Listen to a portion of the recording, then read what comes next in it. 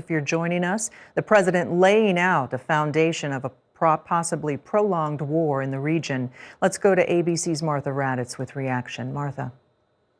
That was an extraordinary statement. It is clear we are not doing limited strikes. This could last. We do not know how long, but the U.S. is now at war with Iran. After 4 decades, the president said, reacting to everything that's happened from the hostages taken back in the 1970s, also leading up to the recent protests in Iran. Steve Ganyard joins us again. Steve, give us an idea. He also had a message, the president did, for those in Iran.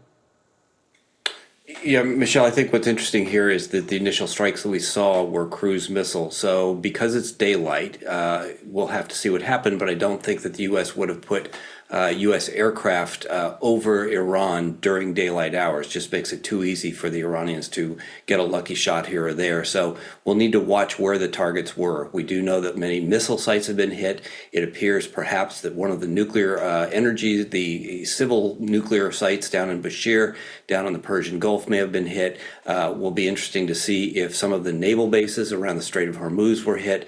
But the president made it very clear. This is a decapitation effort. It's regime change effort, and the whole point here is for the Iranian people to rise up and to overthrow the theocracy that has run that country for decades.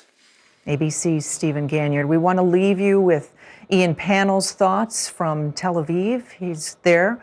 Ian, you're under a state of emergency, as well as all Israelis in that area waiting for retaliatory possible strikes.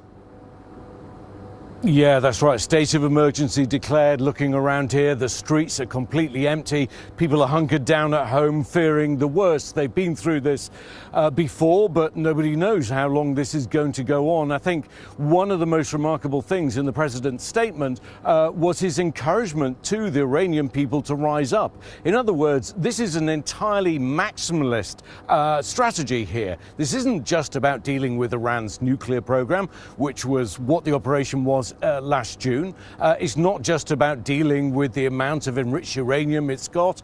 This seems to be about regime change, and therein it doesn't seem to have a finite length. We don't know how long this will last, how you'll measure success. The regime certainly isn't going to go quietly, and I think, as Martha and Steve have said, I think we're in for the long haul. ABC's Ian Pannell in Tel Aviv. We will be keeping in touch with you and keeping up on all the events that are taking place. We'll have a lot more on Good Morning America later this morning. I'm Michelle Franzen in New York. This has been a special report from ABC News.